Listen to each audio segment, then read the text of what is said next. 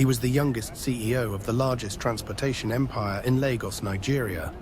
But tired of women who only loved his money, he made a shocking decision. He would disguise himself as a poor night security guard to find true love. Then he met her, a night shift nurse who shared her only meal with the lonely security guard who protected her hospital. What she did for him during those quiet midnight hours changed both their lives forever. But when her dying sister needed emergency surgery, would his secret identity be exposed? Grab your popcorn and find out as we dive into this incredible story of love, deception, and the power of a genuine heart. This is the story of Marcus Emeka Johnson, a 28-year-old billionaire CEO of Translogistics Corporation, the largest transportation company in West Africa. Marcus had it all: money, power, and respect. But there was one thing missing in his life: genuine love. Marcus sat alone in his luxurious penthouse office overlooking the bustling streets of Lagos. The city below was alive with the sound of car horns, street vendors, and the constant hum of motorcycle taxis weaving through traffic. But inside his glass tower, everything was silent. Too silent. He looked at the photo on his mahogany desk, his late parents, who had built this empire from nothing.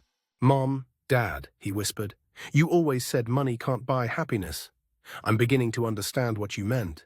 Marcus had tried dating. Oh, how he had tried, but every woman who entered his life was the same. They saw the Rolex watch, the private jet, the mansion in Victoria Island, and suddenly their eyes lit up with dollar signs. Not one of them had ever asked about his dreams, his fears, or what kept him awake at night. "Sir," his assistant knocked on the door. "The board meeting is ready for you."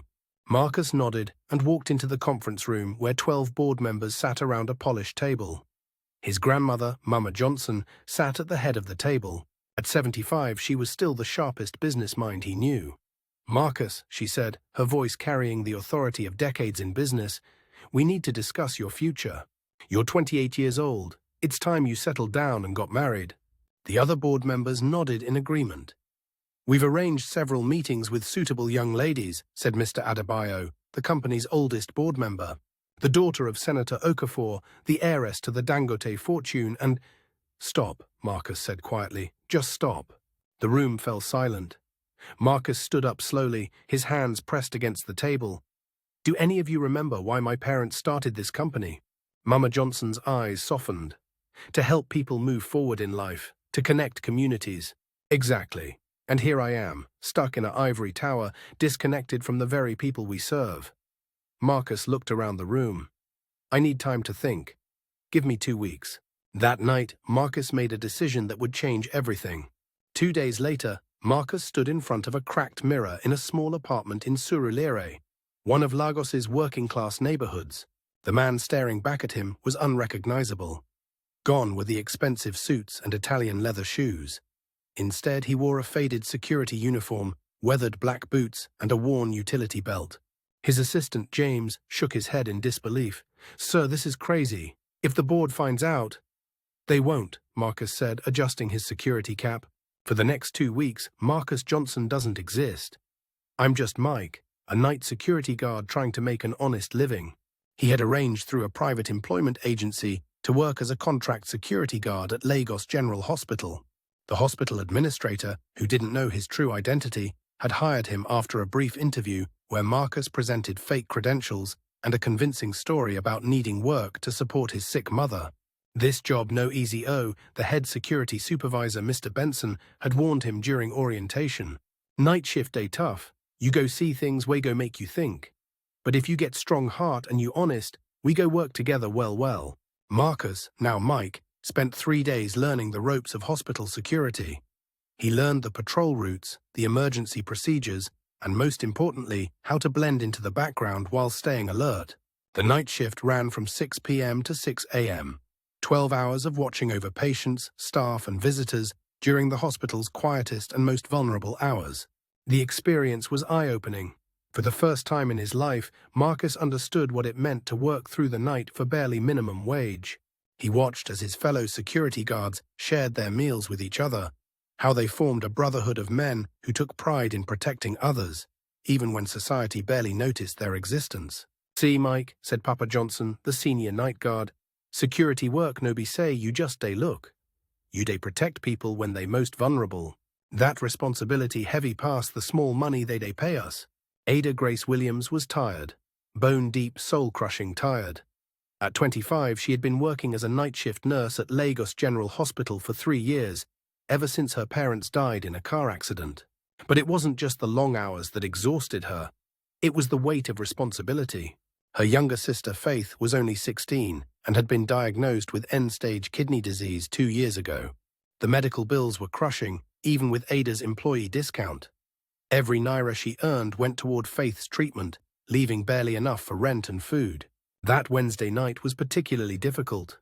Ada had been on her feet for 10 straight hours, helping with 2 emergency surgeries and comforting families who had lost loved ones.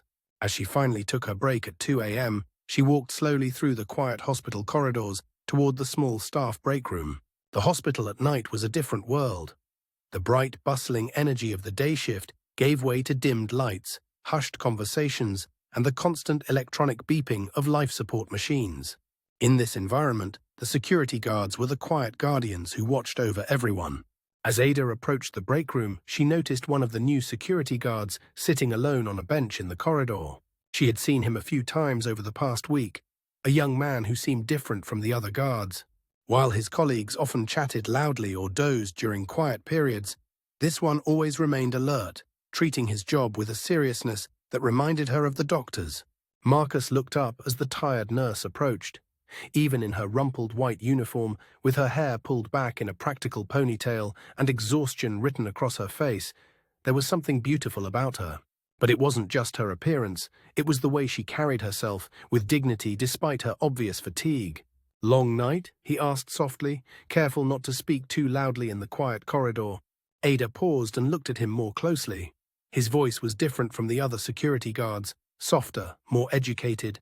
His uniform was standard issue, but something about his posture seemed different. 3 emergency cases since midnight, she replied, sitting down on the bench beside him. Sometimes I wonder if we're really making a difference, you know? There was something in her voice, a weariness that went beyond physical fatigue. Marcus found himself genuinely curious about this woman who seemed to carry the weight of the world on her shoulders. "I've been watching the medical staff work," Marcus said. "The way you all fight for every patient, even when the odds are against you. That takes a special kind of courage."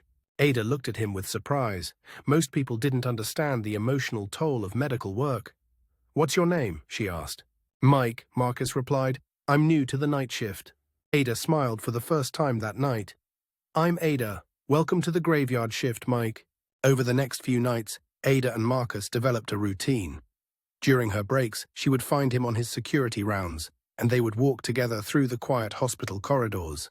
Their conversations ranged from light topics about Lagos life to deeper discussions about purpose and meaning. One particularly busy night, Ada was rushing between emergency calls when she noticed Mike sitting alone during what should have been his dinner break. She realized she had never seen him eat during their conversations. "Mike," she called out as she passed his security post, "have you had dinner yet?" The question caught Marcus off guard. In his world, people didn't ask security guards about their meals. "No, Ma," he said, slipping into the local dialect he'd been practicing. "Workday plenty tonight." Ada stopped walking and looked at him with concern. "That's not healthy. You can't protect everyone else if you don't take care of yourself." She reached into her lunch bag and pulled out a wrapped sandwich and a bottle of water. "I always pack extra food for my shift. Please, take this." Marcus stared at the simple meal. This woman, who clearly had very little, was offering to share what she had with someone she thought was just a security guard earning minimum wage. "Sister, you don't have to," he began. "I insist," Ada said firmly. "We night shift workers have to look out for each other." As she handed him the food, their fingers touched briefly. Marcus felt something he had never experienced before, a genuine connection with another human being that had nothing to do with his bank account or his family name.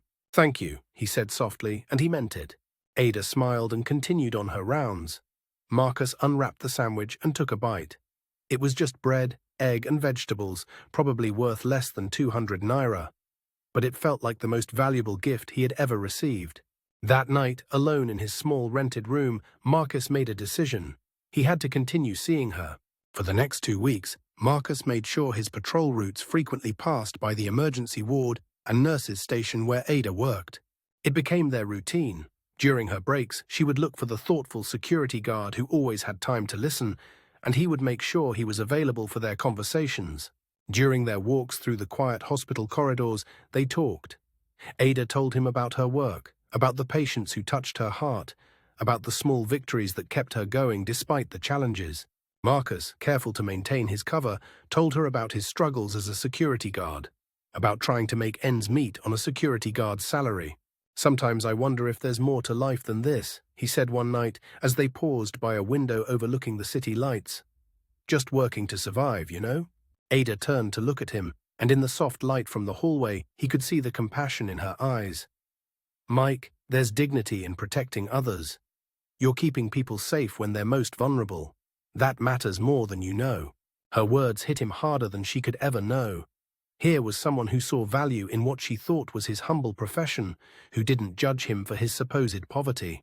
One night, Ada noticed that Mike's hands were unusually soft for someone who worked security. When she commented on it, Marcus quickly made up a story about using hand cream his mother had given him.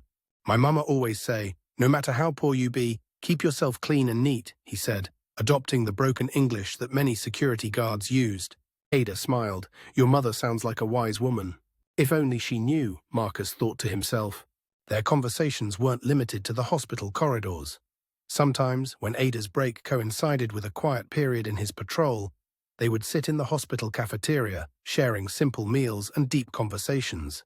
Marcus found himself looking forward to these moments more than any board meeting or business deal he had ever attended. 3 weeks into their routine, Ada made an unexpected request. "Mike, would you like to have dinner with me tonight? I mean, if you're not too busy with your rounds." Marcus's heart skipped a beat. Yes, I would like that very much." She led him to the hospital cafeteria, which stayed open 24 hours for the medical staff. At this hour, it was nearly empty except for a few tired residents grabbing coffee. They sat at a plastic table under fluorescent lights, sharing a simple meal of rice and stew that cost less than 500 naira total. Marcus realized he had never enjoyed a meal more, despite eating in 5-star restaurants around the world. "Tell me about your family," Ada said, picking at her rice. Marcus had prepared for this question. "My parents died when I was young. I don't have much family left." This part, at least, was true. "I'm sorry," Ada said softly. "I lost my parents too 3 years ago. Car accident." "I'm sorry too," Marcus replied, and he genuinely was. Ada's eyes grew distant. "Sometimes I feel like I'm drowning, you know? Working so hard just to keep my head above water. My little sister, she's sick. Very sick. And the medical bills..." She trailed off, shaking her head. Marcus wanted desperately to help, to write a check that would solve all her problems. But he couldn't, not without revealing who he really was. "What kind of sickness?" he asked gently. "Kidney disease. She needs a transplant, but we're on a waiting list. And even if we find a donor..." Ada's voice broke. "The surgery costs more money than I'll ever have." Marcus reached across the table and took her hand. "Ada, you're not alone in this world. God will make a way." She looked at him with tears in her eyes. "How do you stay so positive, Mike, even with your own struggles as a security guard?" "Because I've learned that the richest people aren't those with the most money," he said, squeezing her hand gently. "They're the ones with the most love in their hearts. And you, Ada Grace Williams, are the richest person I know." As the days passed, Marcus found himself looking forward to their conversations more than any board meeting or business deal he had ever attended. Ada had a way of seeing the world that amazed him. Despite her struggles, she found joy in small things and always looked for ways to help others. One evening, after finishing her shift, Ada found Mike waiting for her as usual, but this time he had a small surprise. "I brought you something," he said, handing her a small paper bag. Inside was a piece of chin-chin, a popular Nigerian snack, and a handwritten note that said, "Thank you for sharing your light with the world." Ada looked up at him, surprised. "Mike, you didn't have to." "I wanted to," he said simply. "You share your food with me every day. This is my small way of saying thank you." As they rode through the evening traffic, Ada found herself thinking about this mysterious motorcycle taxi driver who spoke with the wisdom of someone much older, who had hands that were too soft and eyes that seemed to see right through to her soul. "Mike," she said during one of their rides, "sometimes I feel like there's more to you than meets the eye." Marcus's heart pounded. "What do you mean?" I don't know. You're different from other Okada riders I've met. The way you speak, the way you carry yourself. She paused. Have you ever thought about doing something else with your life? Every day, Marcus replied honestly. But sometimes we don't get to choose our circumstances. Maybe not, Ada said, but we can choose how we respond to them. That night, Marcus lay awake in his small room, staring at the ceiling. He was falling in love with Ada Grace Williams. Not because she was beautiful, though she was. Not because she was accomplished, though she was. But because she had the kind of heart he had been searching for his entire life. But with each passing day, his deception felt heavier. How could he tell her the truth now? That he was one of the richest men in Nigeria. That he had been lying to her for weeks. And yet, how could he continue living this lie? Back at Translogistics Corporation, Mama Johnson was getting worried. Marcus had been taking time to think for over a month now, and the board was asking questions. Where is my grandson? She demanded of James, Marcus's assistant, during an emergency board meeting. James shifted uncomfortably. He had been covering for Marcus, making excuses about extended business trips and private retreats. Ma, he's still thinking about the future of the company. Well, his thinking time is over, declared Mr. Adebayo. We have the biggest transportation contract in Nigeria's history waiting for approval. The government wants to modernize the entire Okada system in Lagos, and they want to work with us, but they need to meet with the CEO personally. Mama Johnson's eyes narrowed. James, I want my grandson back in this office by Monday, or there will be consequences. Do you understand me? Yes, Ma, James replied, already reaching for his phone to call Marcus. Meanwhile, Marcus was at Mama Put's kitchen, sharing lunch with Ada and completely unaware of the storm brewing in his corporate life. Mike, Ada said, looking more tired than usual. Faith's condition is getting worse. The doctors say we can't wait much longer for a transplant. Marcus felt his heart breaking. How much time do we have? Maybe 6 months if we're lucky. But the surgery, even if we find a donor, it will cost over 10 million naira. Ada's voice was barely a whisper. I've been working double shifts, but it's still not enough. Marcus wanted to scream. He had 10 million naira in his checking account. He could solve this problem with a single phone call. But how could he explain having that kind of money without revealing his identity? Ada, maybe there are organizations that help with medical expenses. Rich people who donate to hospitals. Ada shook her head sadly. I've tried everything. The waiting lists are so long, and there are so many people who need help. Marcus's phone buzzed with an urgent message from James. Emergency board meeting. They're threatening to remove you as CEO. Come back now. Marcus stared at the message, his mind racing. His entire empire was at stake, but all he could think about was the woman sitting across from him who was slowly breaking apart. That afternoon, Ada was at the nurse's station when her colleague, Nurse Janet, approached her with a curious expression. Ada, I've been noticing something strange about that new security guard you're always talking to, Janet said, lowering her voice. What do you mean? Ada asked, though she had been having the same thoughts. Well, yesterday I saw him talking on a very expensive phone during his break. And did you notice his watch? That's not the kind of timepiece a security guard earning minimum wage would own. Ada felt a chill run down her spine. She had noticed the watch, a subtle but elegant piece that seemed out of place with Mike's humble security uniform. Maybe it's fake, she said, trying to convince herself as much as Janet. Maybe, Janet replied skeptically. But there's something else. My cousin works in the corporate district, and she swears she saw someone who looks exactly like your Mike coming out of the Translogistics building last week. In an expensive suit. Ada's heart began to race. Translogistics was one of the biggest companies in Nigeria. What would a security guard be doing there in a suit? You should be careful, Ada, Janet warned. In this city, not everyone is who they claim to be. That evening, Ada found herself studying Mike more carefully as he made his security rounds. For the first time, she noticed things that had been hiding in plain sight. The way he carried himself with natural authority despite his humble uniform. The way his posture remained straight even after long hours of walking patrols. The way he sometimes forgot to use broken English and spoke with the refined accent of the educated elite. Mike, she said suddenly during one of their corridor walks, what did you do before you became a security guard? Marcus nearly stumbled. I worked in different jobs here and there. What kind of jobs? Just manual labor, nothing important. Ada's suspicions grew stronger. His answers were too vague, too carefully constructed. And why would someone with such obvious intelligence and education be working as a security guard unless he was hiding something? The next evening, as Marcus was beginning his night security shift, his phone rang. It was Mama Johnson, and she sounded furious. "Marcus Emeka Johnson, if you don't get yourself to this office right now, I will personally send a search party to find you and drag you back here myself." "Mama, I just need a few more days." "Days? Boy, you've been gone for over a month.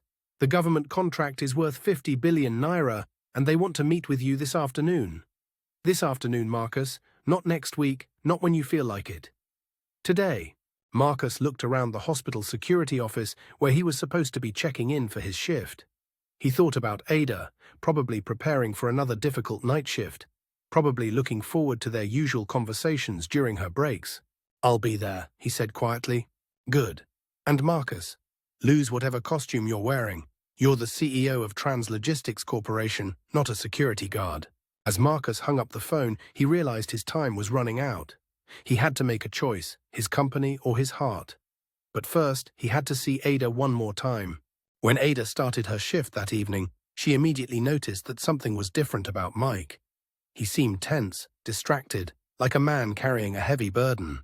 During her first break, she found him standing by a window, staring out at the city lights. "Is everything all right?" she asked, approaching him quietly. "Ada," Marcus said, his voice heavy with emotion, "what would you do if you discovered that someone you cared about had been lying to you? About something important?"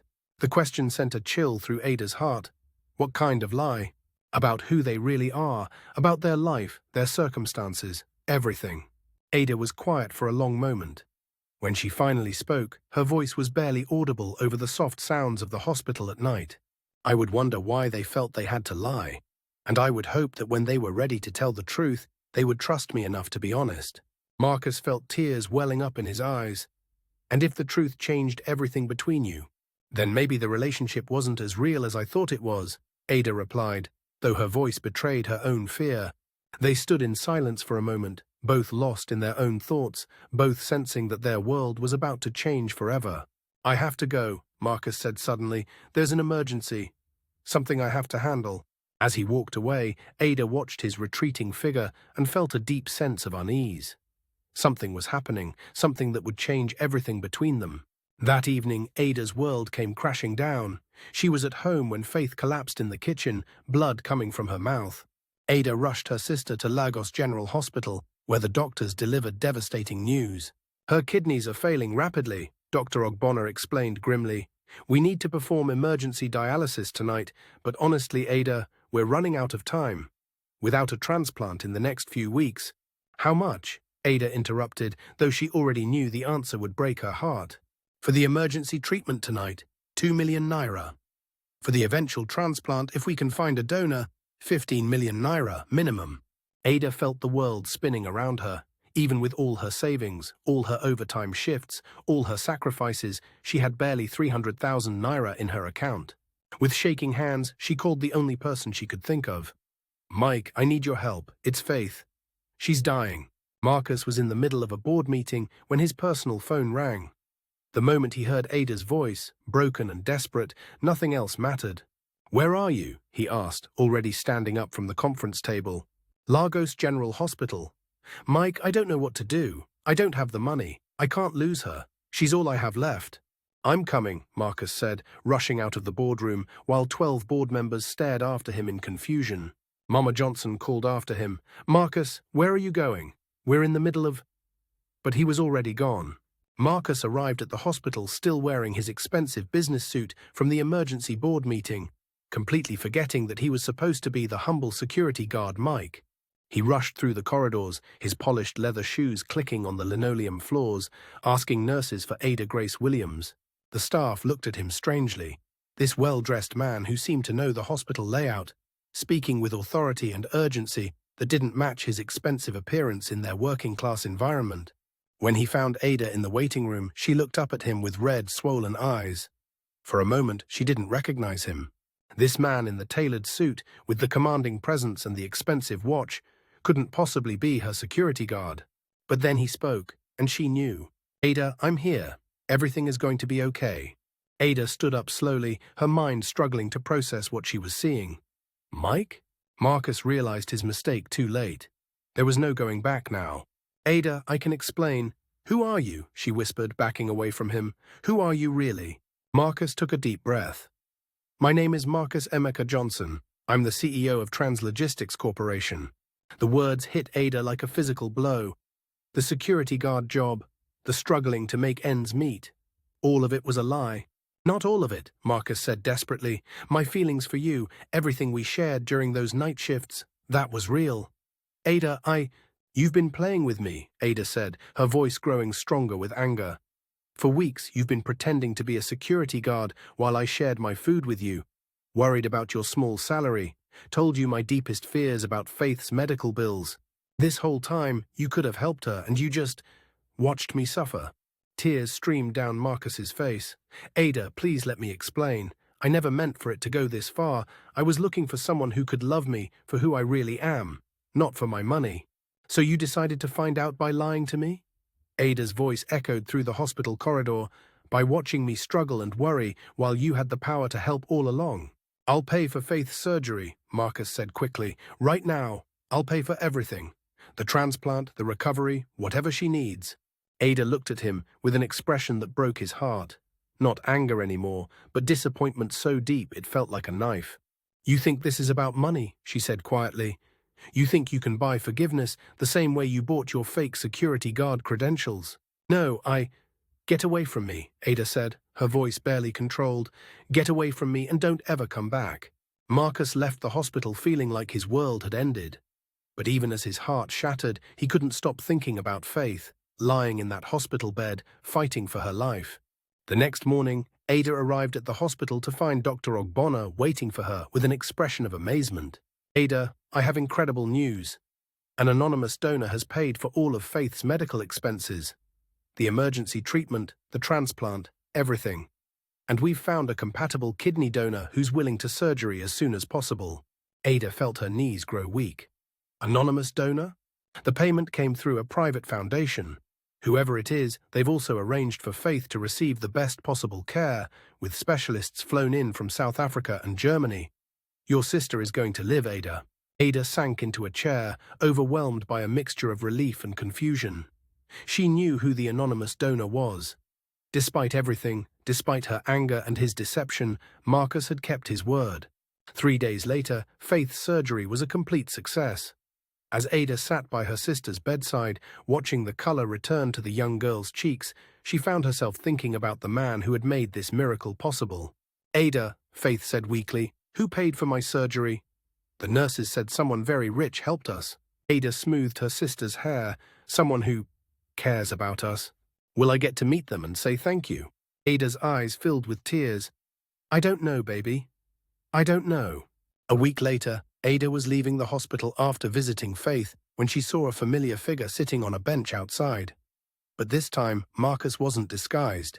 He wore simple but elegant clothes, and there was a vulnerability in his posture that she had never seen before. She approached him slowly. What are you doing here? Marcus looked up at her, and she could see that he had been crying. I wanted to make sure Faith was okay. I've been coming here every day, just hoping to hear that she was getting better. She is, Ada said softly. The surgery was successful. She's going to live. Thank God, Marcus whispered, fresh tears flowing down his cheeks. They stood in silence for a moment, the weight of everything unsaid hanging between them. Finally, Ada spoke. Why did you do it? Pay for everything, I mean. Marcus looked into her eyes. Because I love you, Ada Grace Williams. And I love Faith because she's your sister. Not because I wanted to buy your forgiveness, but because watching people you love suffer is unbearable when you have the power to help. Ada felt her own tears starting to fall. Marcus, you hurt me so deeply. The lies, the deception. I know, he said, standing up slowly, and I will spend the rest of my life trying to make up for that, if you'll let me. Not with money, but with honesty. With the real me. Ada studied his face, the face she had grown to love when she thought it belonged to a struggling motorcycle taxi driver. The face that was somehow even more beautiful now that she could see the real person behind it. Who are you really, Marcus Emeka Johnson? She asked. Marcus smiled through his tears. I'm a man who was lost until he met a nurse who shared her sandwich with a stranger. I'm someone who learned what real wealth looks like by watching you love your sister more than your own life. I'm the CEO of a transportation company who discovered that the most important journey isn't about moving vehicles. It's about moving hearts. He reached into his pocket and pulled out a small wooden carving, a heart that he had bought from a street vendor weeks ago when he was still pretending to be Mike. I bought this when I was still living in that little room in Surulere, he said, handing it to her. I wanted to give it to you then, but I was too scared. Ada, I'm not asking you to forgive me right away. I'm not asking you to love me back. I'm just asking for a chance to prove that the man who fell in love with you in the back of that motorcycle, the man who treasured every conversation we had, that man is real. He's the truest version of myself I've ever been. Ada looked at the carved heart in her palm, then back at Marcus. The board meeting you rushed out of to come to the hospital, was that important? Marcus smiled. It was a 50 billion naira contract, the biggest deal in the company's history. And you walked out in the middle of it? Ada, you could have been selling pencils on the street corner and I would have walked out of that meeting. When someone you love needs you, nothing else matters. Ada was quiet for a long moment, then she looked up at him with a small smile. You know, for a billionaire CEO, you're a terrible liar. Marcus laughed, the first genuine laugh he'd had in weeks. I know, I think I'll stick to telling the truth from now on. Good, Ada said, stepping closer to him. Because I've been thinking about what you said that day in Mama Put's kitchen, about the richest people being those with the most love in their hearts. And I think you might be richer than even, Marcus Emeka Johnson. As they embraced outside Lagos General Hospital with the sounds of the city bustling around them, Marcus realized that his grandmother had been wrong about one thing. He didn't need an arranged marriage to find love. He had found it in the most unexpected place, not in a boardroom or at a society party, but in the back of a motorcycle taxi, shared over simple sandwiches and honest conversations. True love doesn't need money to prove itself.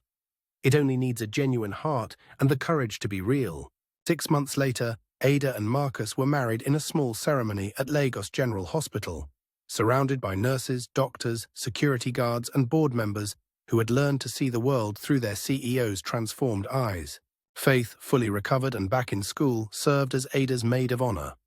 In her speech, she said, "My sister taught me that love isn't about what you have, but about what you're willing to give. And Marcus taught me that sometimes the best people come disguised as ordinary heroes." Marcus never went back to his old life of isolation.